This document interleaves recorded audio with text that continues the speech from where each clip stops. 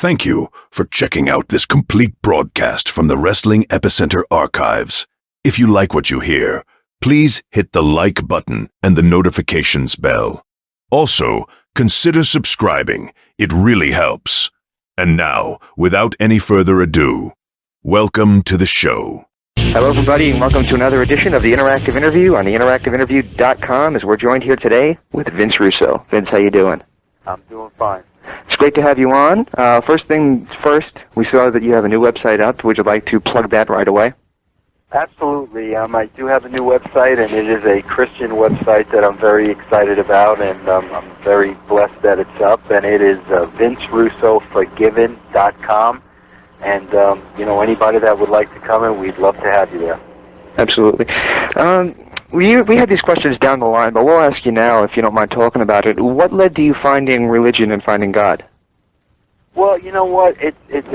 I'm glad you asked that, and I'm glad you phrased it in that way, because I think there's a misconception of people finding religion and finding God. I think the misconception is that God finds you, and God found me, and I think, I really believe I experienced something that many of us will experience sometime in our lives, and that's basically when I came to the end of myself, and when I came to the end of my road, and I came to the realization, at 42 years old, that I couldn't do it on my own anymore, because I had been on a journey for 42 years, and I was very successful, and I made more money than I ever dreamed of in the wrestling business.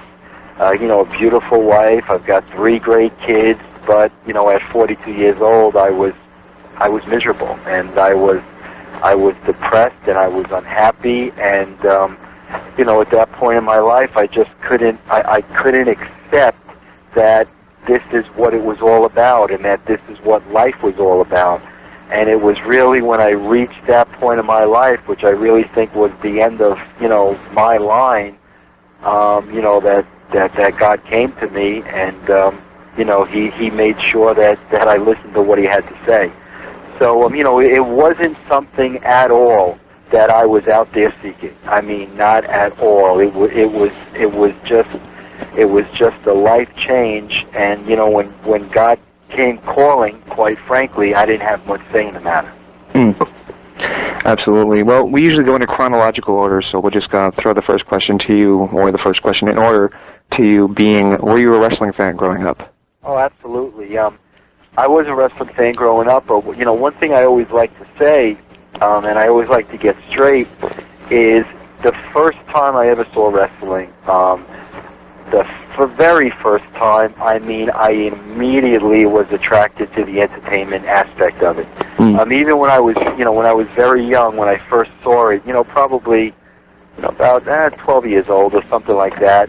Nobody had to tell me that wrestling was fake. I mean, for some reason, it was just quite obvious to me. But right. The one thing that attracted me to it was just the entertainment aspect of it. And some of those early people that I was attracted to at the beginning, I remember the first people I ever saw were the Valiant Brothers. Absolutely. And you talk about entertaining. And, some of my other favorites back then was, the Big Cat Ernie Ladd and, Chief Jay Strongbow. And, from day one, I always looked at wrestling from the entertainment aspect, and that's what got me interested in. The first time I ever got a chance to see you on TV was on a show called The Livewire. You were Vic Venom back then, and you did Livewire. That show seemed to be way before its time. How did you enjoy being the on-air heel commentator role at that point? Well, I liked it, but I'll tell you what wasn't easy. It was ahead of its time. And, there were, I hate to use the word shoot, but let's just say when I was on that show, I was being honest about a lot of things. And what made it difficult is there were a couple of times when I did the show when Vince McMahon was in the studio. And, I was really going out on the limb here because, this is when, we still had characters and everything was very much kayfabe, and, the attitude, hadn't started yet. And, here I was, on this show, kind of shooting straight with the fans and telling the fans, what was really happening. And I knew I was taking a chance because, Vince was there. But, I really had a belief, even back then, that this was the route, the business needed to go in order to survive. And, I really believe that in my heart, so that's basically why I stuck to that, because I really felt that at that point the business needed to be going to that next level. Where did the name Vic Venom come from? Well, Vic Venom, before Vic Venom, I had a radio show, and I was Vicious Vincent. So Vic Venom was kind of a spin-off of Vicious Vincent. They were pretty much one and the same. How did you actually end up going, basically from working for the WWF magazines into being involved in the creative side? Well, I'll be honest with you. When I was writing for the WWF magazine, I hated the product. I thought the product at that time was atrocious. And we're talking about a time, and this isn't anything against the individuals. Not at all, so please I don't want anybody to take that out of context. But, this is when there were characters, like T.L. Hopper and the Goon and Freddie Joe Floyd. How about Mantar? Mantar, right? And the thing is, again, it's nothing against those individuals at all, but it was almost like time was passing the WWF by. They were still in a period that society was way past. So basically what I started doing in the magazine was I kind of started creating my own angles, just to keep me interested. And, I created my own angles, and, we went more to the shoot side of it. We went to the Raw magazine. And, I'll be honest, again, it was just really taking a chance because I loved the business, and I really believed that this is where the business needed to go. So again, it was taking a chance. It was doing something different, and from there, I guess my reputation from the magazine and the magazine being different and whatnot, I finally caught the attention of Vince, and once Vince gave me that opportunity to work with him, the rest is just pretty much history. Now, when people think of Vince Russo, quite often they think of basically you bringing to the table for WWE a lot of things that hadn't been brought to the product before. And a lot of people, when they think of the influx of divas and swearing to the product, they think of you. Would you say that maybe those assumptions are correct? Yeah, they are. And I'll be honest with you, I'm not proud of that today. Being a Christian today, my views on things are 180. I would not do those same things today. But as far as the violence and the sexuality and the language, and I take responsibility for that. I don't point the finger at anybody else, but what people, what's difficult for wrestling fans to understand is wrestling is a business. Vince McMahon was my boss, so my job was to get him the highest ratings that I possibly could. And I knew what the people were into. I knew what the kids were into. I knew what people were going to watch.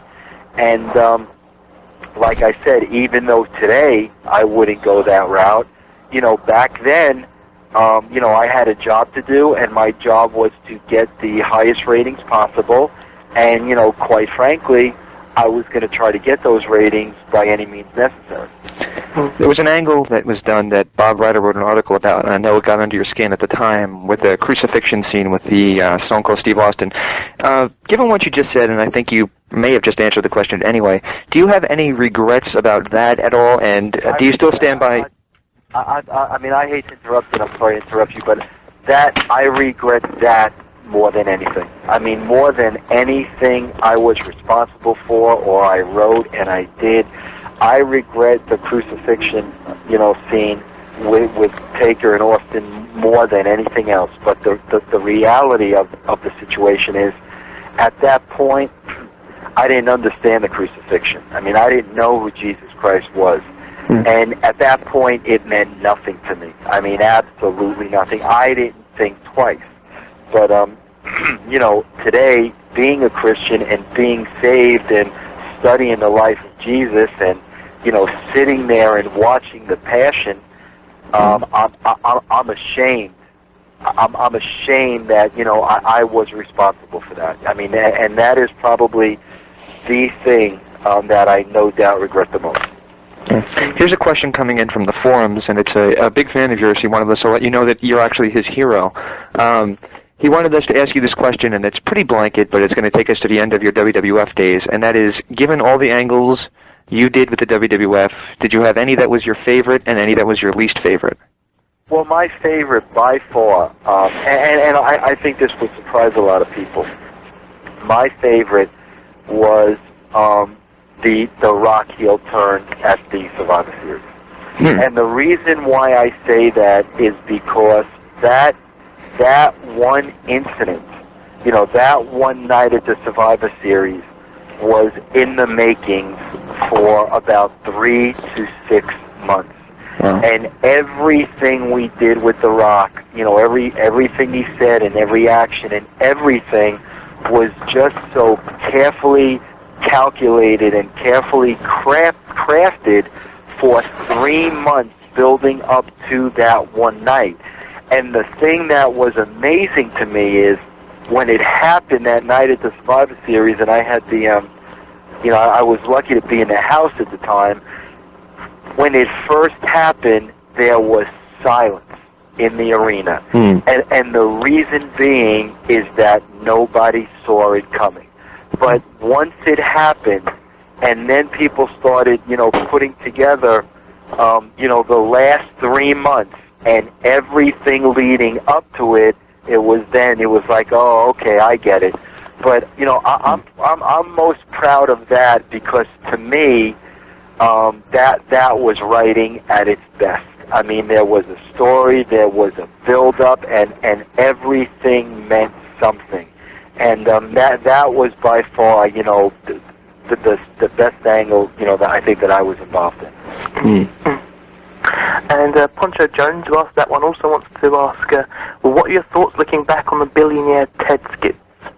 Well, I thought those were ridiculous when they were happening. I mean, I'll be honest with you. I didn't like them then.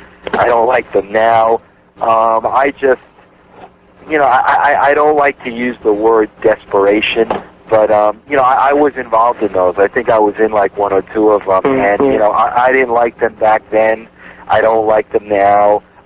You know, I mean, I wasn't writing at the time, and I wasn't really involved in the creative, and, I mean, if I was, I would have just tried of a different way to get the point across. I think a lot of that was just a personal attack at Ted Turner, and, you know, I didn't know Ted Turner, and I just, you know, me personally, I just felt that was wrong. At this point, you jumped ship, or at least this was late 1999. You jumped ship to the WCW. Was there any reason behind your jump?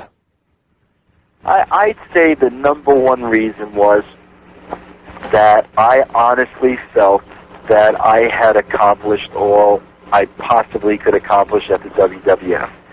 Back then, I mean, we reached a peak where we couldn't go any higher. I mean, you know, in my professional opinion, we had gone as high as we were going to get. And I am a guy that was always, I mean, not anymore now, you know, but I was a guy back then that, you know, I thrived on challenge. It was always the challenge. And, you know, reaching the success we did, that challenge was no longer there for me.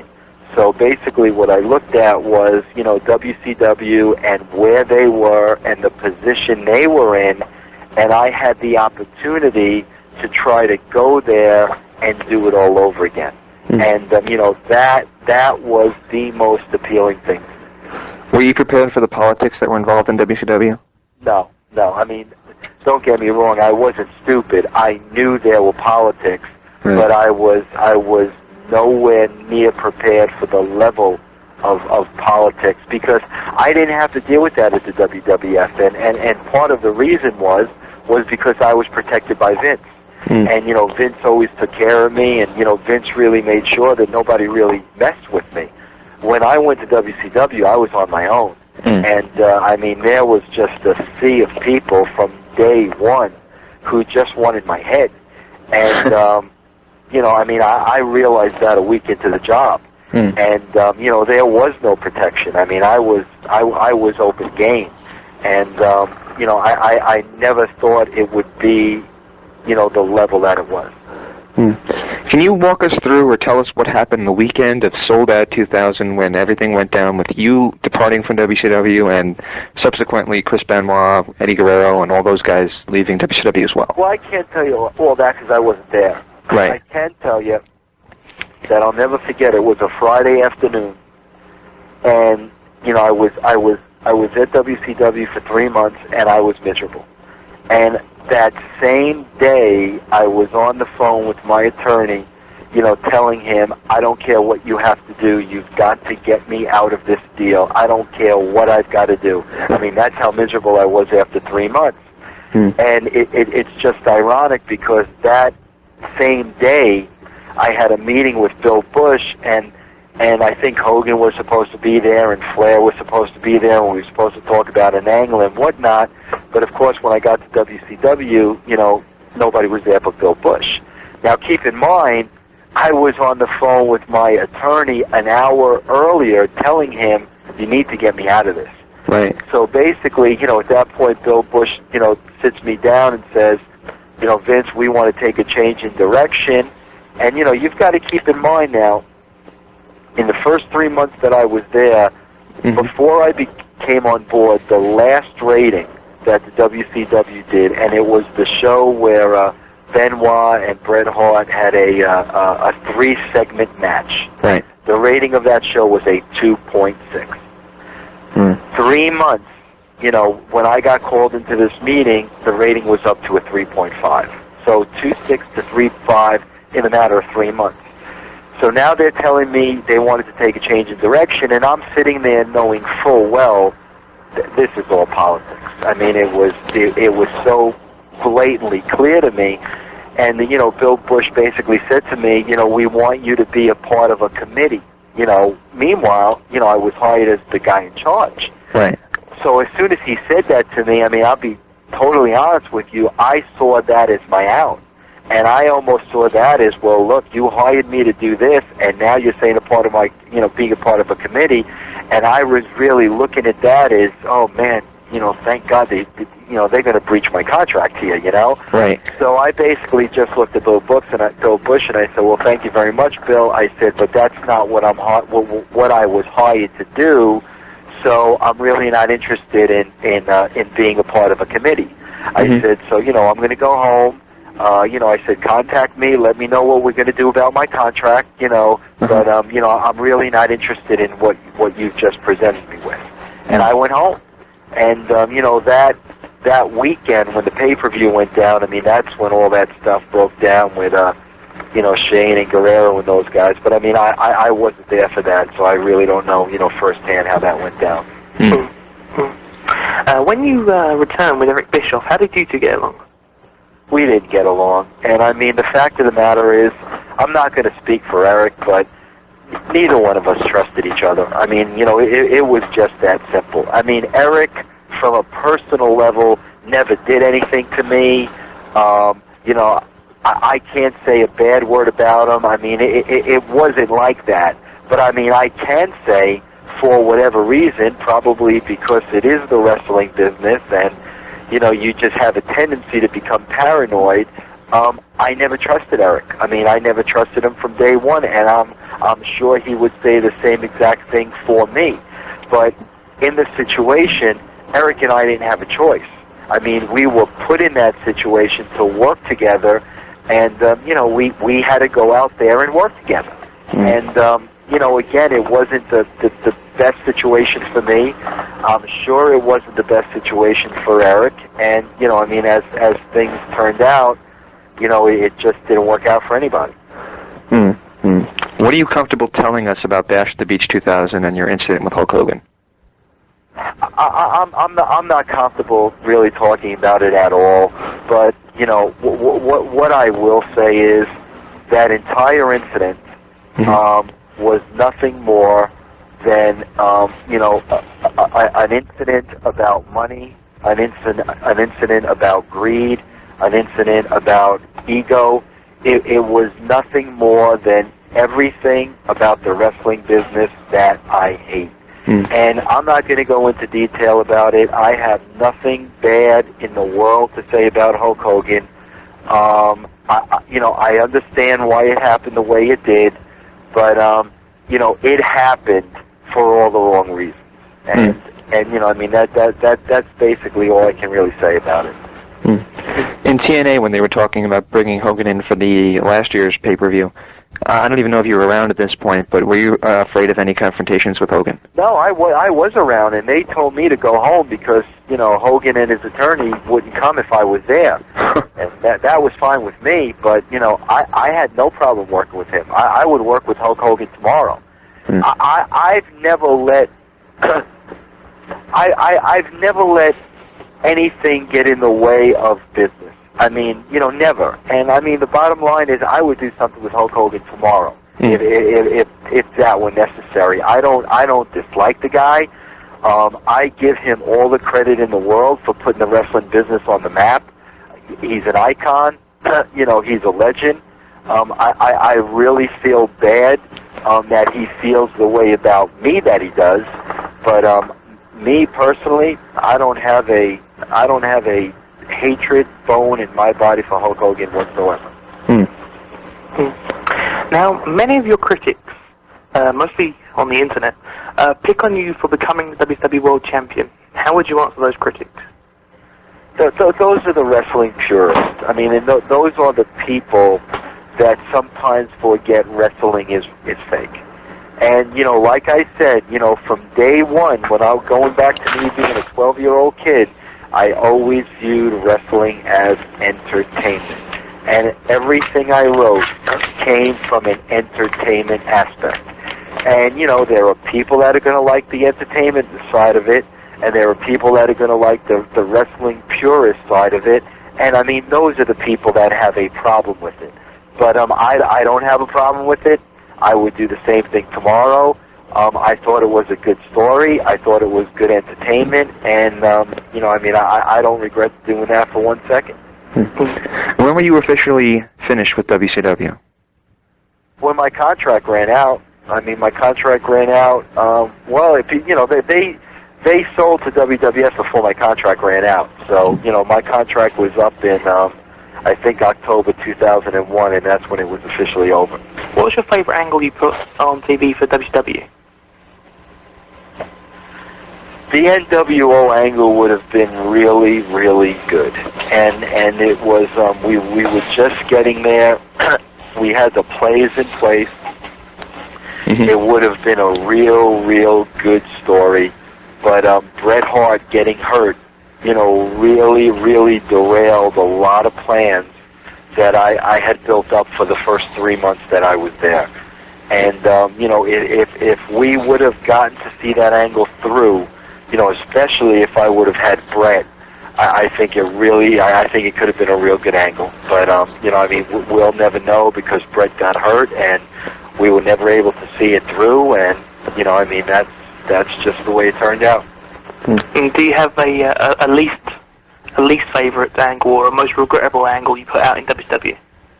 I really don't. I'll be honest with you. Like I said, being a Christian now, I have a problem with a lot of things. But, specific angles, I'll be honest, there is nothing that, there is nothing that, I want to phrase this the right way.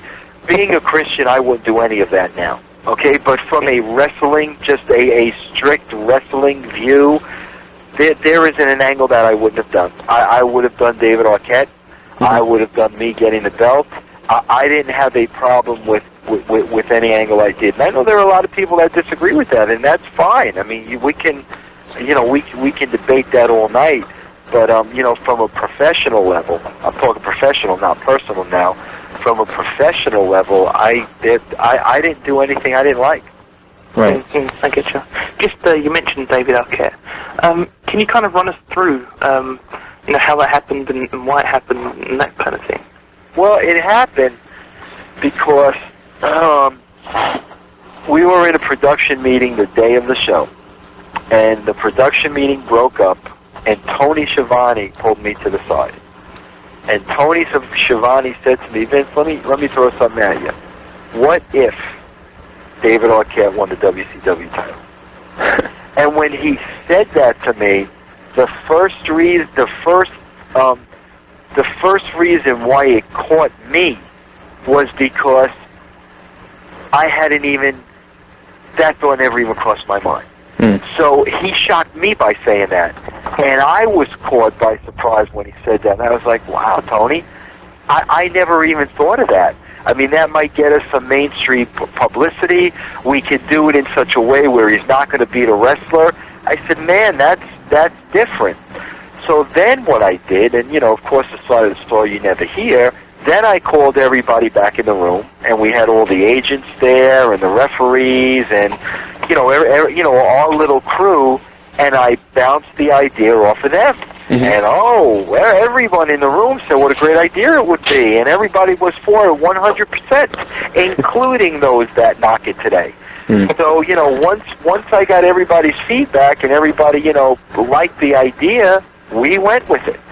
I have no regrets, whatsoever about doing that because, again, I was in it for the entertainment aspect, and also the fact that the following day, there we were, smack on the cover of the entertainment section of USA Today, which we would have never been on if it would have been a straight-up wrestling match. In conjunction with that, the following week, we had Courtney Cox, Kurt Russell, and Kevin Costner cut a promo for us with the WCW title, free of charge, which we would have never gotten that kind of publicity, if we hadn't done that, stunt. So, as far as I'm concerned, I would do the same thing over tomorrow. I don't think that was a mistake.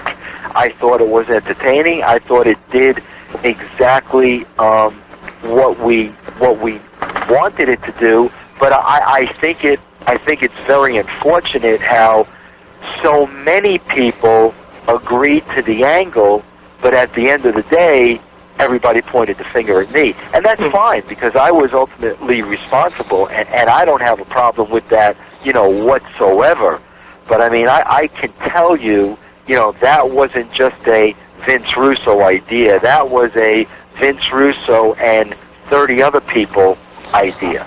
And, again, a lot of times that part of the story never gets told because, again, it's the wrestling business. So, everybody wants to put the heat on me, and that's fine. I have no problem with that. I know what really happened, and I know what went down, and, I mean, that's cool. Now, you returned to WWE for an extremely short stay in 2002. It seemed almost like it was on the website one day and then off the website the next day. Was it the stay so short that time? Well, I mean, to be honest with you, I went to the WWF. I sat in. I went to the WWF, and first of all, I walked into a completely different place. Mm-hmm. This was not the same place I had left about 2.5 years ago. Everything had changed, and I sat in with a group of writers, and I spent about 6 hours with them. And when I left that room, there was no doubt in my mind that this was not going to work. And, sure enough, Vince called me the next day, and, Vince basically said the same thing to me. Vince, this isn't going to work. And I knew it wasn't going to work. And that was it. That was it. So we just, we decided not to go forward. Is there any truth to the rumor that you named TNA?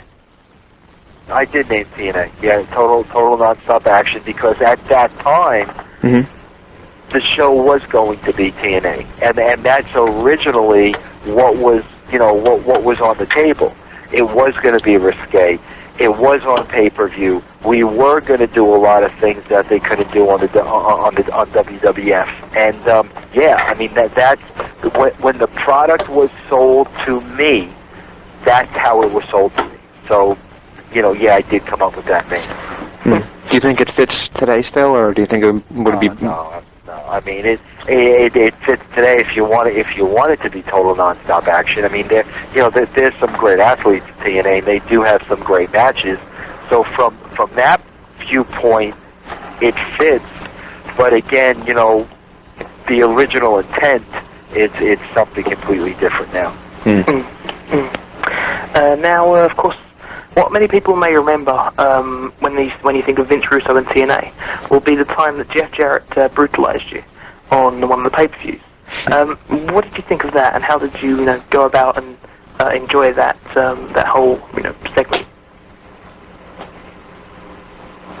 Man, that's tough, and I've never really spoken about this before. You know why? Because nobody's ever really asked me. But I mean, I can tell you, he brutalized me, and I can tell you that week my entire body was black and blue. I mean, I never, ever, ever in my life took a beating like that, ever. I mean, not even close. And I mean, I'm sure there was a lot of built-up hostility in Jeff towards me. I mean, there's no question about it. And every bit of it, came out that night because, I mean, he beat me like I never got beat in my life. But, the thing is, Jeff and I have that kind of a relationship. I mean, we've had that kind of a relationship for the past 10 years. And, the kind of relationship I have with Jeff is, it's very honest. I mean, it is brutally honest. Jeff doesn't like a lot of the things that I say to him. I don't like a lot of the things that he says to me. A lot of times we aren't on the same page. We have different mindsets. We have different feelings. We have different ideas. And, it's been touch and go for 10 years. I mean, it's been that way for 10 years. A lot of the sex angle was real. I mean, there was a lot of hostility between me and Jeff.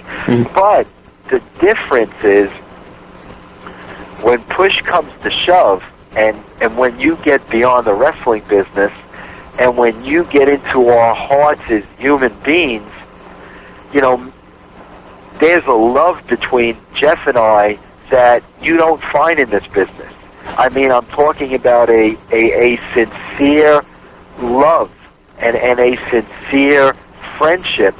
And it's because of that love and friendship that, we've been able to get through a very, very, very rocky road, probably for the last 2.5 years in TNA.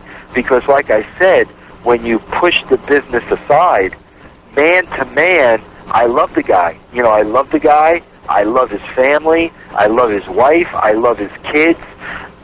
No, I don't agree with a lot of things he does on a business level. But that's a matter of my opinion. It's not a matter of me being right and Jeff being wrong. It's my opinion. But like I said, underneath it all, I love the guy. So, it's my relationship with Jeff has probably been by far the most challenging relationship I've ever had in my life with anybody. But what makes it so difficult is my genuine feelings for him. One question I just want to shoot by you now. What are your thoughts on TNA now using former WWE names that are now free agents, such as, for example, Jeff Hardy, Scott Hall, and Kevin Nash? You mean, using them now? Yeah. I don't have a problem with it as long as it's, the right talent. And again, I mean, that's just my opinion. But I mean, I think there are some guys that can help, but I also think there are some guys that can hurt. And that's just my opinion.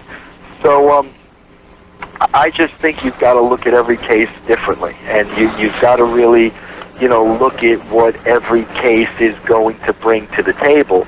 But you know, I mean, I'm not involved in that. I mean, that's not up to me. You know, that's you know, a lot of that's up to Jeff, and a lot of that is up to the people from Panda who run the business end of it. But you know, again, if it were me, I would just really be looking at it each case by case scenario. Now, internet rumors, of course, run wild about you pretty much any time you put your face on TV and spotlight nowadays. But people say that your relationship may be rocky with TNA. So can you clear it up? What is your relationship like with TNA? My relationship isn't rocky with TNA at all. I gave my notice. I mean, I'm done. You know, the pay-per-view November 7th is my last show. And, you know, like I said, Jeff and I will be friends till one of us dies. I mean, that goes without saying. So there's nothing rocky. I mean, it's cool. I gave my notice. I told Jeff man to man, friend to friend, buddy to buddy, you know, work at a boss. And it is what it is. And, you know, right now, you know, I'm finishing up my next couple of weeks, doing whatever they need me to do, whatever Jeff wants me to do, no problem. But it's really not rocky because I kind of gave my notice, you know? Yeah. Well, we're going to close out with word associations, if that's okay with you. If you have a story, that's fine. If you have a one-word answer, that's fine, too, whatever you want to give. Is that okay with you? Yeah, that's fine. All right. First name on the list is Todd Pettengill.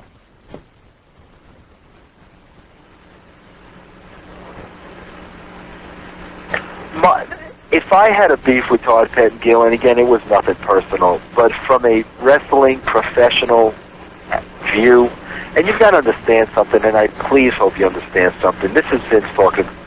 This is Vince reflecting on the Vince at the time. It's right. Not who I am today, but at the time, the only problem I had with Todd Pettengill was I was a real wrestling fan, and I loved the wrestling business. Mm-hmm. And I didn't feel Todd loved the wrestling business, and I didn't feel Todd respected the wrestling business, and I felt that it was just a job to Todd. And you know what? That's perfectly fine. When I say that now, and I look at that now, yeah, it was just a job for Todd. I mean, it was a gig, and he was getting money, and he was getting paid, and he was good at what he did.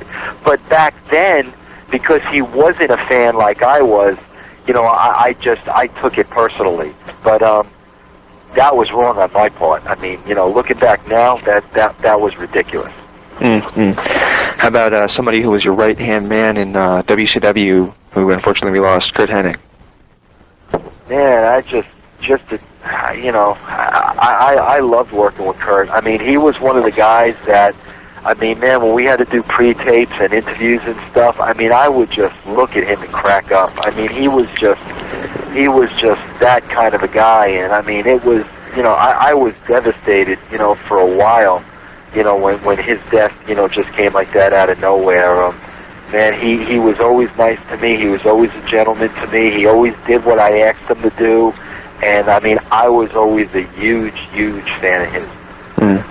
How about, and I hate to hit you with another downer, but how about somebody else we lost that you work with in WCW that was a shock to me, Miss Elizabeth?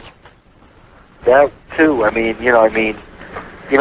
Elizabeth wasn't crazy about me. I mean, I'll be honest with you, she did not like me, and that's okay. I mean, not everybody's going to like you. I mean, you know, when you're the boss and you're asking talent to do some things, not everybody's going to like you. It's very difficult. But I mean, I can tell you, I mean, I was a huge fan of hers, and man, it's, you know, they're really, I don't know if since her there's really been a female to kind of reach the level that she did, you know, back in the late 80s. I mean, she was just beautiful, she was gorgeous, she was a lady, she brought, you know, class to the business, and, you know, again, it was just a tragic story, but the sad thing is, it's always the business that takes the life of these people. It's always what the business does to them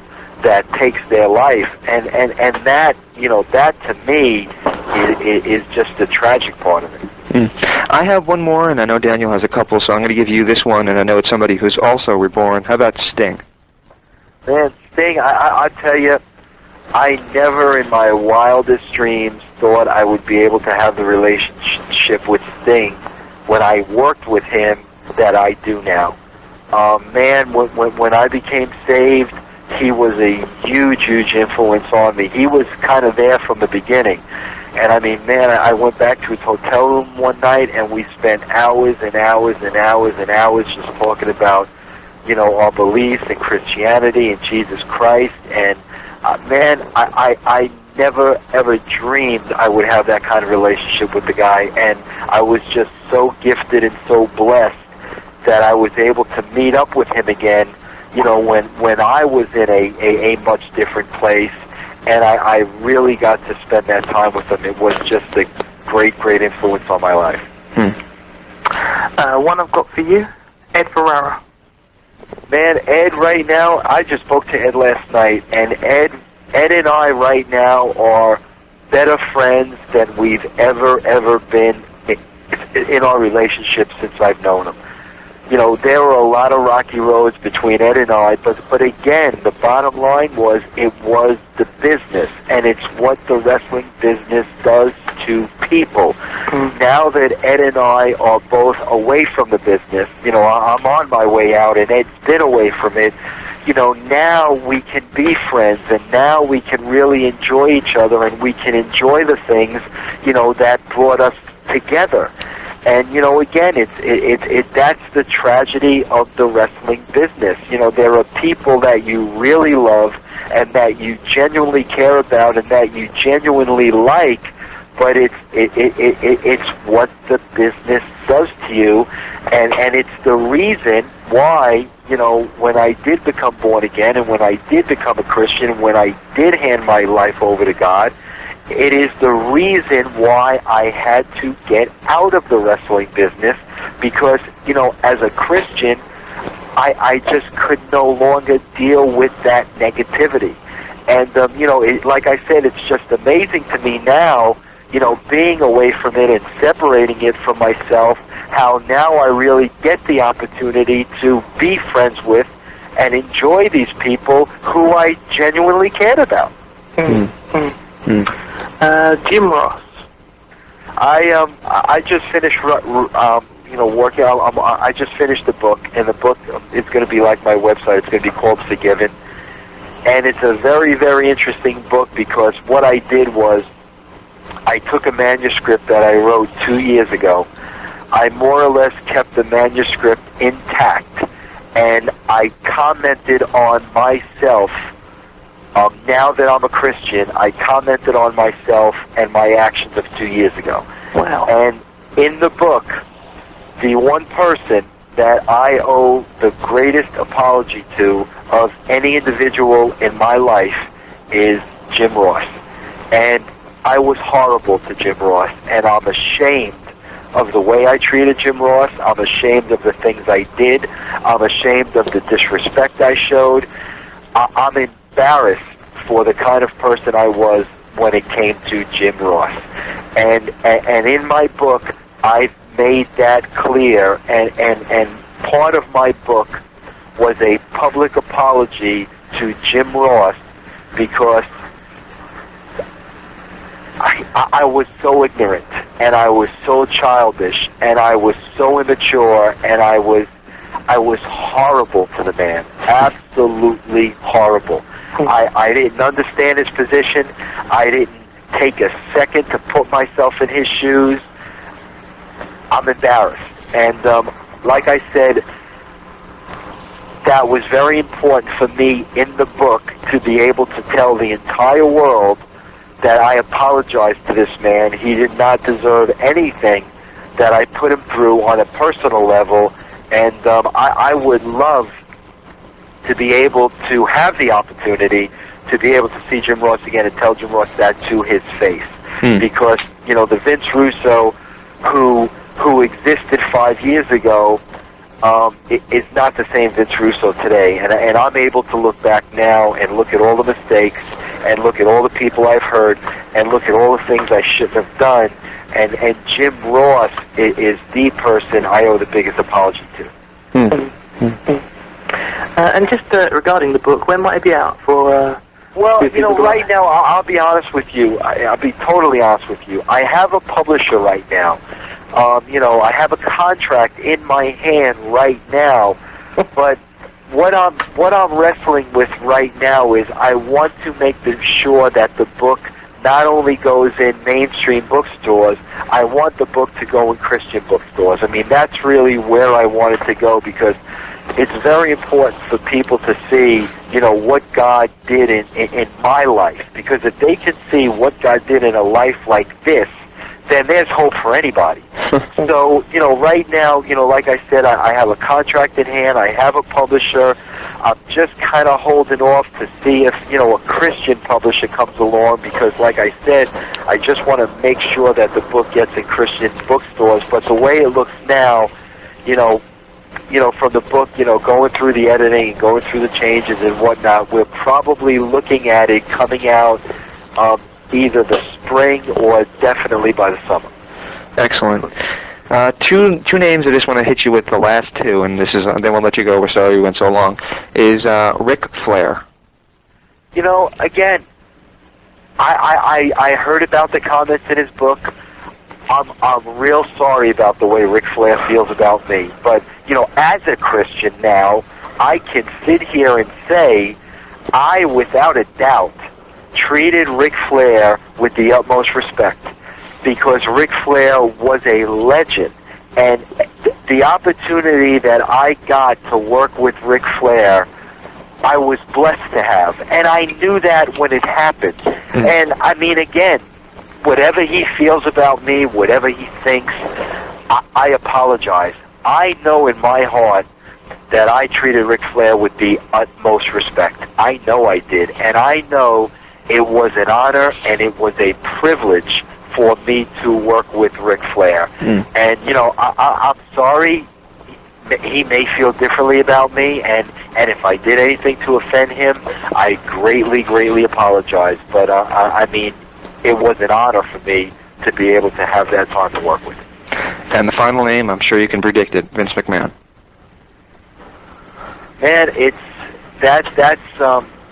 that's just really, really, really tough for me, because I was a lot closer to Vince than people really understand. I mean, a lot closer to him. And I cared tremendously for Vince and his entire family. I mean, I cared for them from the bottom of my heart. And I still do. I mean, I'd be lying to you if I told you that I didn't. I'd be lying to you if I told you that sometimes there's a part of me that feels like there's some kind of unfinished business there. And I'm not talking about going back and writing their TV. I'm not talking about that at all. I'm talking about from a personal side. I just feel like there is some kind of unfinished business there. I feel like there is some kind of a void there, and something is sitting there that just isn't right with me. And again, I don't know if that's God's work. I don't know what that is, but I've always felt this sense of something being unfinished. And, you know, I hope in the future that somehow, some way, you know, I will be able to put a period at the end of that sentence. But, you know, right now, for whatever reason, and a reason that I can't explain, I don't feel like I can do that. But, you know, I can't say anything negative about Vince. I can't, because I don't feel anything negative towards him. But, you know, again, working that closely with somebody at the time, yeah, it was love-hate at the time. But, you know, now, you know, not being around him, you know, for the last however many years it's been, I miss him, you know, more than, you know, I like not being around him. So, you know, again, you know, who knows? I mean, who knows why things happened the way they did? But who knows? I mean, that to me is still a big question mark. And of course, on your website now, people can read a column from Terry Taylor. Right.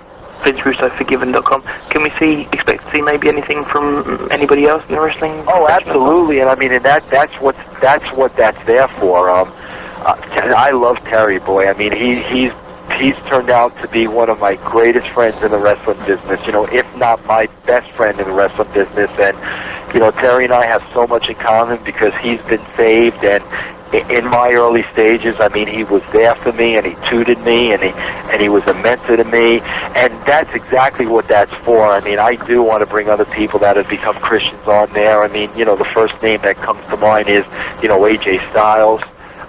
You know, who, you know, I had the privilege of, you know, just a couple of weeks ago going to church with AJ and his wife, and I mean, boy, you talk about a guy, you know, that's a Christian and inside out, and you know, lives his entire life to do the right thing. I love that kid like he was my own kid, and I can't say enough good things about AJ. But yeah, I mean, I hope one day I can get, you know, Sting to come on there and do something. And I've not had the opportunity to sit down and spend time with Ted DiBiase, which I want to, and I look forward to doing. I mean, it's ironic. I worked with Ted a lot, and we spent a lot of time together, but you know, now, you know, on the level that we're at, you know, I can't wait for the opportunity to see him and just be able to spend some time with him. But, you know, that's what that site's for, you know, the wrestling family, and you know, those of us who are in the same boat and went through the trials and tribulations that we went through in the wrestling business, and then, you know, really just came to the conclusion that it's not about us. And it's not about me. It's a much bigger picture than that. And, you know, it's about God, and it's all about Him. And, you know, like I said, I think there's gonna come to a point in the lives of many of these guys where they're gonna come to the end of their life, and they're gonna achieve the accolades and the money and the goals and the spotlight and everything they ever dreamed of. But at the end of the day, they're going to feel empty, and they're going to feel a void, and they're going to realize that something is missing from their life, and that something that is missing is Jesus, because you can't do it without Him. And it took me 42 years to figure that out, and I never in my wildest dreams thought that I would be here tonight telling you those things. But, you know, like I said, it was a life change for me, and I think it's an experience that at one point in our life, we're all going to be faced with, and it's, you know, you can either accept Him or deny Him. I mean, that choice is up to you. Right. I've accepted Him, and by accepting Him, you know, it's completely changed my life. Well, this has been an eye-opening interview for me. I can't tell you what an honor it is to have the opportunity to speak with you, and we can't thank you enough for your time. We invite everybody to check out www.VinceRussoForgiven.com, and once again, thank you so much for your time. Well, thank you, guys, and I mean, good luck with everything you do from here on in. Thank you so much. Okay. Stay tuned for more from the interactive interview. Hey, it's Tony Schiavone, and you're listening to the Wrestling Epicenter. And I would stick around, but I'm desperately out of time. Welcome back to the interactive interview. We just finished up with Vincent Russo. We did indeed. Vincent Russo. Mm-hmm. Vic Venom. That was really good. I really enjoyed that. I'm telling you the truth. And I mark out for almost all our interviews, but that was just really good because you ever just talk to somebody and know that they're telling you the 100% honest truth? Yeah. And you know, there's nothing to hide in his. You know, you ask him a question, and, you know, I commented about this when we hung up. Even the questions he said he didn't want to answer or wouldn't answer, he answered, and he answered sufficiently, more than sufficiently. Namely, the question about Hogan and Bash at the Beach. I mean, he didn't get into specifics, which I wasn't asking for anyway, but he answered it even though he said, I'm not comfortable talking about it. So that was really something I thought was excellent and very cool. Yeah, just a pleasure to have him on the show, really. I mean, we tried once before. Several times before, and it almost blew up in our face, and it cost us relationships and all that shit. So. We're just glad to have him on the show. Absolutely. And I know you were afraid I'd shoot too much on the show, but I too think that it's honest. It's honesty that should be told, and I have far too many debates with people, in my life, and I won't get into this because it'd be a personal rant that'll go on for an hour, that involves honesty, and people sometimes think that sugarcoating things is the better way to go, and I'd just rather give it to me straight. And I can hit you with something right now that I know that I won't, but... Oh, yeah. Yeah, I won't say I'm it. intrigued. What's it regarding? You know what I think? And you're going to be upset about this. I think America's Most Wanted sucks. No, I won't get into that. Okay. I think you know what I'm talking about, though, right? Hey, you can talk about it if you want. No, I'm not getting sued, but... You got it, don't you? Yeah. Okay. I'm not getting sued, I'm just giving my opinion on a tag team. That's just my opinion. Oh, you've been speaking to Mr. Yandick. Yeah, and that's kind of why I said the honesty thing. I wasn't trying to rip on you or anything. I'm just saying, and you don't have to worry. I'm not going to spill anything that's going to get us in trouble or sued on the air. Don't worry. Even though I kind of just did, but you know what I mean. Yeah, because Mr. Yandick can also share your opinions on whatever. America's Most Wanted. Yeah. Right. I actually, and the thing is, I actually like that tag team. I just wanted to throw something out there that was a double entendre. But anyway, let's get back to the point. Vince Russo was a great guest. He was an honest interview, and I know we want to make this recap short because the interview was so long and profound. And to be honest with you, I don't know how many people will be listening to us after that because they're going to have to take a break and decipher what Vince just told them. But I do want to go over one thing real quickly. Yep. And it's something that I'm a little disappointed when I read the forums, and I had to give my opinion on there, which I'm sure you loved. Taboo Tuesday. Mm-hmm. I thoroughly enjoyed this pay-per-view more than I have just about any pay-per-view I've watched this year. Exactly, yeah.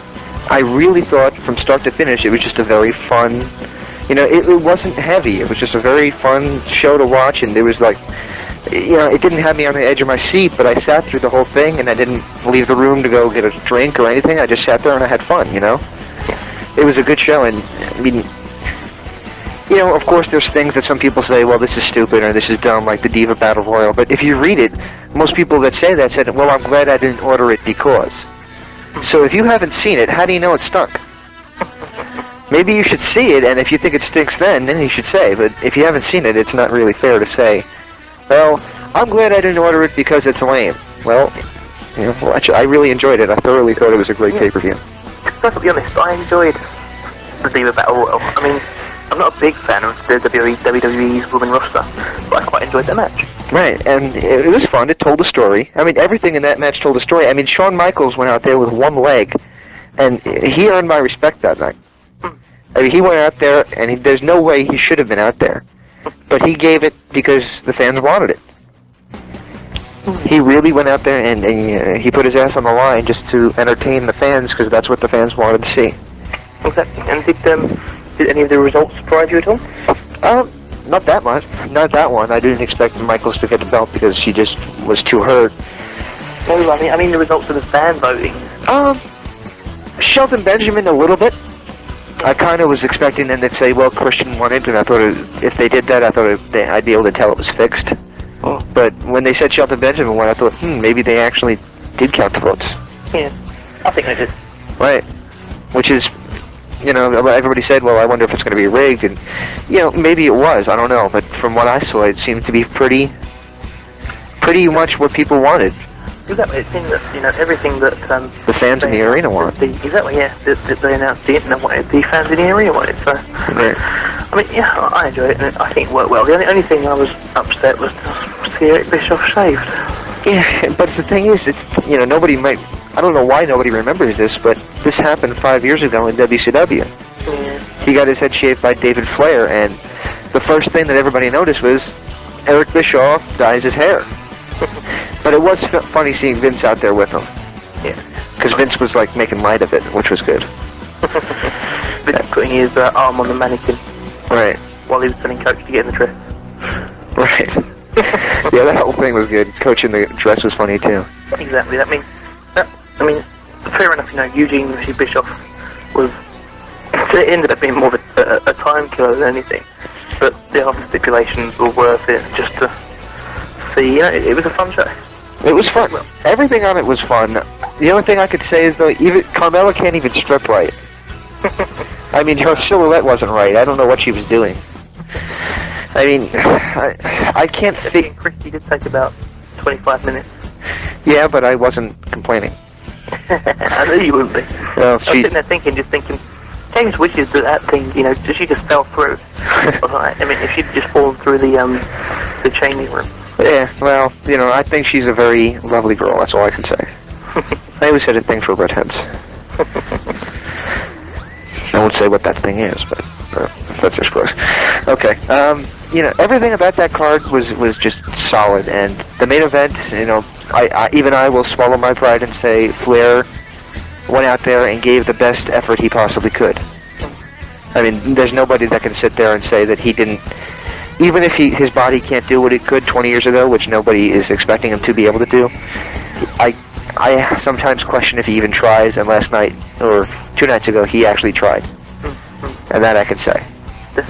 He gave his heart into that one, and that's good. The only thing that scared me is at the end, and I haven't seen anything on the internet mention about it.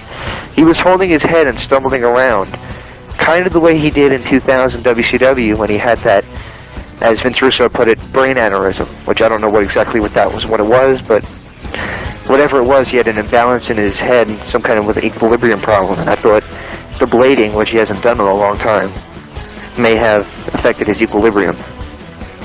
I don't know, but I mean, nothing's come out of it reported. So I'm sure he's fine, and it wasn't really a big deal then, but it was kind of weird to see on Thunder him just fall face first, unlike his usual goofy flop. It was just like a real flop. You can tell he was actually out of it. I get you. Taboo Tuesday was in my opinion a home run, and one more thing I want to comment on, and this is something that really bugs me when I read it. People not seeming to understand why Snitsky went over. Well, first of all, Kane's going to do a movie, from what I understand, which I'm not really a fan of. I don't like when wrestlers leave to go do movies anymore. And I know I'm a Hogan fan, so everybody's going to jump on me for saying this, but these days it seems like almost everybody leaves to go do a movie. John Cena. Right, John Cena. Triple H never really left, but he was supposed to. The Rock, who's pretty much retired from wrestling, ultimately. All that stuff, that was all good. People don't seem to understand why Snitsky went over. And let me explain it to these people who don't get it, because I don't think anybody else will give it to them in these words. Okay, and just excuse me while I quickly open up a drink. Okay. In the background, just in case you're wondering what that noise is. Okay. Can of cider. Do continue, James. All right, and let me spell it out to you in the simplest words I can. It takes a star to make a star. That night, last night, Snitsky went from being a possible short-term character to being a long-term WWE superstar. Because now he has a win over Kane on his belt, and it wasn't a win that just came 1, 2, 3. He destroyed him. He now is a legitimate, bona fide monster in the WWE. And when Kane comes back, yes, Kane will get his revenge, and Kane will get the win. But Snitsky will survive that because fans will still remember that he once destroyed Kane. So now instead of there just being 1 star in Kane, there are now 2 stars, Kane and Snitsky. And I like Snitsky. He works within himself. He's a big guy worker that has no illusions of being a cruiserweight. He's just a big guy worker. I mean, a lot of people really like 15 Snitsky. I remember you said at the beginning that he should change his name, but I think that's kind of part of the reason people have liked him, because, he's got a strange name and he's got a very strange look. He looks like a psychopath, exactly. It's perfect. And he came out of nowhere. I don't even think he was in training. I mean, even in OVW, I just think he came flat out of nowhere. He came from the Wild Samoans. Yes, I saw that. I actually looked his name up in International Movie Database, the website imdb.com, because I was so curious about this guy. I'm like, how old is he, and where did he come from? And it showed that he was in WXW, which is the Wild Samoans Wrestling League, which is not what it stands for. I have no idea what it stands for, but so that'd be WSW. Well, Samoans wrestling. No. WSWL. Right, wrestling. Which wouldn't really roll off the tongue too well. Right. Anyway. So yeah, I just wanted to say that the reason Snitsky went over is because he had to, and now you got a star there. And for the internet fans who seem to always want new stars and always say that, well, this is getting boring, we need new stars. This is the last thing that they should be complaining about. And another thing is, and I commented on this one other show, but I want to make this point again. Nova getting a character, and they're dragging it out, and I really hope they bring him on TV in the next couple weeks. But Nova coming in as Simon Dean, I mean, that's bringing in a guy that can work, that can talk, that has a look. I love Nova. I've told you since the beginning, I think he's one of the best young workers. I don't know how old he is these days. I mean, it's been 5 years since I thought he was Incredibles, and I thought he was a great young worker. Maybe now he's just a great worker, period. Yeah. Put him in the scene. Let him work. Let him see what he can do in the WWE. But don't just judge the character based on some skits. Same goes with Carlo Caribbean Cool. I think it's a ripoff of Liz Ramon, absolutely. But it seems to be working. I love Carlito. Do you? I do. He's just cool. Quote him. He's cool. Yeah. I spit in the face with people who are not cool. No, really, I do. Do you really? No. That must go over well. That must go over well in bars. Yeah. Just walk around spitting in everyone's face. You'd last long without getting your legs punched out. I wish someone would try it. Well, let me just say this before we get sued. We don't advise that you do try it, but if you do, please tell us about it. Yeah, please film it. Right, film it and send us a copy, and we'll find a way to get it up on the website. Exactly. I mean, it's like, I have no idea what I was going to say. Every time I see people with afros now, I just think of him. I saw a video game in the store the other day. It was for NBA 2K5, which is a basketball game. And the guy on the cover looks straight out of 1973. He's got the afro with the headband on, and I don't know why, but that just looks so 70s Soul Train. I don't know who it is, and I'm struggling. Yeah, it's probably Carlito. It might be. That would remind me of Carlito. I would stand there and say, CCC. Yeah. There's now Triple H and Triple C. Is that what they're going for? Triple C? I doubt it. No. That'd be. I just thought it was quite funny the way there's like Triple H and Triple C. Oh, he'd be pissed, Triple H. Oh yeah. He looks too much like me. No, he doesn't. He's gonna just shave his hair. Yeah, he's gonna have to get a haircut now. Cut his nose off. too much like mine. Get it off. And say this about those Michaels, and going back to Michaels and Triple H's match. First of all, I don't think Michaels would have gotten in a ring with anybody except Triple H. Because he knows Triple H will protect him. At the same rate, I don't think any two guys could have worked together that well and actually told a story with a guy basically unable to walk. I mean, that's proof. Say what you want about Triple H holding guys down, and, since we did the last show, Pat Patterson has quit. Whatever, all I can say is Triple H, he's earned his spot. He's a great worker. I don't agree with some of his backstage stuff, but he's earned everything he's got. And as for Pat Patterson quitting, one thing Dave Scherer said, and I will say this because I don't understand it, is this is a great move, Well, what's so great about it? It's not somebody standing up to Triple H, it's somebody that just got sick of working with him. That's not going to get in Vince's ear. If Pat had stayed with the company and said, this guy's got to be cut down to size, had he stayed there and gotten to Vince's ear and made it happen, then it'd be a great move. Pat just probably wanted to retire. Right. I mean, he had to. Whenever he wanted to leave before, they always wanted to bring him back. So, what's the way that they don't want to bring him back? Insult the top star. Right. Quite clever, I think. True, and I don't doubt that he's had a problem with Triple H. I don't doubt that he has a problem with him, but I just think that, Pat he's a legend. He had a great wrestling career. He's had a great career backstage, and if he's done, like Vince Russo says he's done, well, we're going to miss him. We'll wish him luck. Well, And I'm sure Pat is up there in years, and I'm sure he's got his money stashed away, so he's going to be well taken care of. Exactly. And Vince Russo has a CD warehouse where he lives. It's a used music store that he runs, so he's taken care of. So, these guys, if they went out of the business, anybody can understand why, and we just wish them the best of luck. Exactly.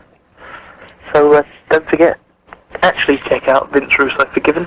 Don't just, we're plugging it obviously because, Vince has been kind enough to come on the show, but we've checked it out. I read. There is wrestling content on there. Terry Taylor. Right, I read that. That was very. Did you read that, by the way? I did, yeah. Very interesting read. Exactly. So, I mean, I won't spoil it, Right. except to say that it's on there. Right. Like Vince says, could be future wrestling people on the site. And it's not something that's going to beat the Bible over your head and make you feel guilty for not being religious. It just gives you their point of view, and you could take it or leave it. Exactly. Like Vince says, you can embrace it or you can ignore it. I mean, whether you believe or you don't believe. I personally, and I've told people this before, my religion is that I'm a good person. I'm just not practicing. Exactly. I mean, at the end of the day, whether you believe or not, this site is still interesting. You don't have to go there with a view to wanting to dislike the site. You don't have to go there with a view to wanting to like the site. And you should not go there if you despise Vince Russo for whatever reason. Right. But at the same time, he's changed. Right. And truth is, based on what he said, I think you're starting to understand why people did dislike him. Exactly. And that's fine. And I can't always claim to have agreed with everything he did. I had the biggest problem with what he did with Hulk Hogan, as I'm sure anybody can guess. And the bottom line is, he's forgiven for what he's done. I mean, the site says it like it is. Exactly. And I was surprised that he defended himself and David Arquette as champions, but I'm not. I now understand why, with the David Arquette thing at least. I always understood that. The only thing that I can always say to that, though, is say they would have given the belt to Mike Tyson, the WWF. At least Tyson was an athlete. And he was, first of all, he's a bigger star than David Arquette would ever be. Yeah. But at least he's an athlete and it's believable. The only thing, and they did do it in a way that was not believable. I mean, that was like a fluke that he won the belt, and they did keep it that way. And DDP, who was the champion going into the match, it was a tag match. I don't know if you remember. It was Eric Bischoff and Jeff Jarrett against DDP, who had just won the belt, and David Arquette. And the winner of the fall got the belt. Well, Jeff Jarrett had DDP pinned. David Arquette hit a spear on Bischoff and had Bischoff pinned. The referee came in, and instead of looking at Jarrett, he looked at David Arquette and counted 1, 2, 3. So it was, first of all, it was a fluke because he really only beat Eric Bischoff. And second of all, Jeff Jarrett could have just as easily won the belt then. Yeah. By beating the actual champion. So what you're basically saying is it was a fluke. It wasn't like that he went in and became the monster David Arquette that destroyed the competition. It was just an accident. Yeah. And where was it? And it worked. It got the promotion. It got the promotion to a degree. I think it didn't last. The promotion didn't last, unfortunately. Yeah, but nothing long term was supposed to be there. Right. Something that I was going to bring up to him, but I figured didn't really tie in, is that in the UK now, chap who beat Mike Tyson quite recently. Right. His name's Danny Williams. Right. And he's working an angle with the FWA in the UK, where it's either going to go towards the wrestler versus boxer confrontation or something else. And that's very obvious, but I suppose that's so badly. But yeah, I mean, it's working out and they're doing that sort of thing. But they've kept it quite realistic because all they've had is so far, people insulting him and maybe they had a couple of brawls, but they haven't had him come in and try and do a suplex or a spear or a wooden title or anything. Right. And it's it's been going on for a month and a half maybe. It's not bringing tremendous mainstream coverage. I mean, they haven't got people from Sky and Fox News and all these American places coming over and flying over and waiting to see the man who beat Mike Tyson in a wrestling event. Right. But it's got some mainstream publicity. Right. Absolutely. And I remember I wrote an article. I was running a website at that point, and it was not a big website. It was just something like what I'm working on now, and I will let people know in a future show. For a final project, I'm actually making my own official website. A final project for my design and technical writing class. So I'm going to be. I'll let everybody know about it once I'm actually done with it and have a design and everything that's complete. I want to have everything that interests me on there. But I was doing a site much like this a couple years ago. It was just very easily designed, something I did just to post my writings. And I wrote an article the day that the David Arquette thing happened, and I tried to explain it to people the best I could, and that is wrestling is entertainment. In the end, all that really matters is how many people paid to get in and how many people, enjoy, how many people watched it from home. How many people paid to watch it at home? How many people just tuned in to watch it at home? That's the end result. And the bottom line was having a belt on a Hollywood star will always get you publicity, where you otherwise will not get publicity. No, I'm not a big fan of giving the belt to an actor, but I do understand it. And I think the problem with a lot of people and why they dislike it so much is that they just don't get it. But now hopefully they will. Yeah. Because Vince has cleared it all up. Well, and he pretty much said what I said. And, some people said, well, you're just a Kool-Aid drinker. You agree with everything Vince Russo's done. And I'm like, no, I don't. I really don't like the TNA. I don't like the tits and ass. I don't like the swearing. I don't like this. I don't agree with it. I think it's easy. But, people tend to, label you and put you in a category, and that's just the way it goes. It's a shame that Vince Russo's going to be out of the wrestling business, though. Yeah, because he's had some good ideas for TNA that haven't been dirty, and I wonder what's going to happen without his ideas. Yeah. But, of course, there's a book to look forward to, which I didn't know about, but I now do. And, I'll be buying it. Definitely. I will be buying it, too. It sounds interesting. Exactly. I mean, he wasn't even doing a sell job on it, and it made it sound interesting. He was just, opening up and telling us about it, rather than, sitting there and telling us, this is the 5 reasons why you need to buy the book. He was just telling us about what's in the book, and it made it sound interesting. So, good to know how much to want to buy it if he actually gave a sell job on it. Right, and I am definitely going to pick that one up, and, and I'll tie this in quickly. I got a couple free items that I want to comment on real quick, and I know we've gone longer with this recap than you wanted to, but that's tough.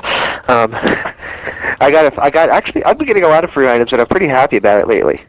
The first free item that I got is a copy of the Sting movie.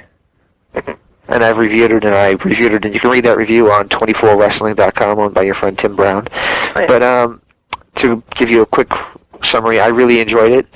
They did a very professional job with it. They had an actor playing the young Sting, the spike-haired blonde Sting. They had an actor playing that. They had an actress playing his wife. I mean, they go through the years with him. They have a guy playing the Warrior from his early years. I mean, they have everything. They even have the TNA arena, the Asylum, which they don't use anymore, done up like a WCW venue to do like things from the last days of his career. It's very well done. It's very well done, and I think people, any Sting fan, it is Christian, just like Vince Russo's VinceRussoForgiven.com. It is Christian, but I think if you watch it, you'll get a kick out of it. Other thing I got was Chris Jericho's new CD, sent to us by our good friend Chris Jericho and his what would you call him, promoter? Yeah, manager. Agent. Yeah. I enjoyed it. I enjoyed it. I cannot deny that it's a little too modern for my taste. It's not old, is what you're trying to say. Well, I guess you could say that. But the thing is, the last CD that they released was pretty much all covers of songs I already liked. And this is all new stuff. And yeah, I like some of the guitar work. I think the guitar work is great. I think Jericho's voice is good. I'm not crazy about the Spaceman vocals. When they sound like they're singing into a machine or something. I don't like that. I hate that, actually. But that's only on one of the songs that I've heard. So, I mean, it sounds pretty good. I like some, I don't like some, so, that's pretty much the same with any record. Would you buy it if it was in the shops and you didn't, have it already? Actually, yes. Excellent. And I actually might review it on a website that I'm going to plug that I write for, is sleazerocks.com. SleazeRoxx.com. It's a metal site. Track. Yeah. Anyway, I'll have to get you set up and sorted out for 3strandwrestling.com. absolutely. I never actually got around to doing that, did I?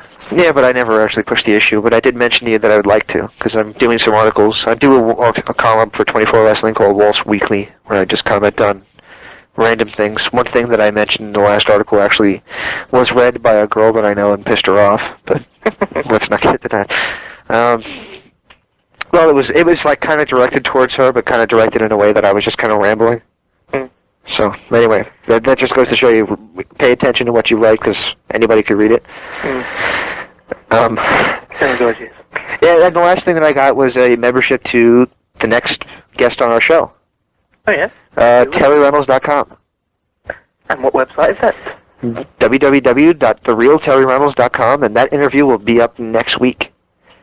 And we did about 20 minutes. I did it alone because Daniel was not available at the moment, but we did it with Terry Reynolds for about, well, that doesn't sound right. We did an interview with Terry. The second thing you said today, you said earlier something about, yeah, we like it long. I'm sure you do, James. Yes. Well, Terry Reynolds, TheRealTerryReynolds.com, she gave me a free membership to that site, and very gracious to her, and I haven't honestly had a chance to see it yet because we did her interview right before we did Vince Russo's interview, and I caught myself that time. So I haven't got a chance to check it out yet, but on the next show I will review it, and that'll be the Terry Reynolds Part 2 interview. Excellent. I'll tell you what we'll do is, I will find my Legends of Wrestling Showdown recap. Uh-huh. I will get that. I will put that on the website. I'll also get your recaps, reviews. If you want to do a written review of those 3 products, as well as maybe Missy Hyatt's members area. Get all those together. I'll give you a review of that right now. Update it. It hasn't been updated since July 14th. Ah. It's a shame. Well, I know the story behind it, and the real story is that they're working on a new webmaster because the last guy just kind of fled the country. So they have a new webmaster, and supposedly they'll have a new one up by Thanksgiving or sooner. So I'm staying tuned. This one was found by Francine, so hopefully it'll be a little bit more reputable. And I told them already that if they can't do it, I'd be willing to step up and do it. Oh. And I don't know if I'd be able to handle it because I'm not that skilled with HTML, as you found out early on in our show. Mm-hmm. But I'd be willing to give it a try if it means that we'll actually keep them updated, because you can't assume that a lot of people are registering if they haven't had new material up in 3 months. Mm. It's a shame, but if you want to do maybe recaps and reviews of that, and maybe speak about it how it is at the moment, and fair enough, it may not be updated, but it still might have good stuff in it. I haven't been in there myself. That was the freebie you got, and I'll do my review of the one that I got, and I think we'll put a review section on the website. Absolutely, and I'll send you the Sting review because that's already written up there, and I'll just email you the link or the text of it. Fabulous. Excellent. So keep your eyes out on that website, people. Okay, we're going to close up now, and let everybody know another personal note, since I'm rambling on aimlessly this week, is I'm going to be an uncle on Sunday. There's inducing labor on my sister, and basically it looks like I'm going to be the godfather of the child, and also the babysitter 4 nights a week. So it's partially my kid, ultimately, even though it sounds kind of like incest with my sister, if you know what I mean. But, yeah, I know, but you know what I mean? I'm excited about it, so since it's going to be somebody that I'm going to have an influence on, here's a little example of a nursery rhyme, and this is dedicated to little Scott Morant Jr. This is, you'll actually probably like this song. It's going to be kind of virtually our version of a nursery rhyme for him. Motorhead, Born to Raise Hell. Okay? Okay. Let's go. Well, that's all, folks. You have made it to the end of another video here on the Wrestling Epicenter channel. If you liked what you heard, please click the like button and leave a comment telling us what you think. And consider subscribing. It helps us more than you know. Thank you.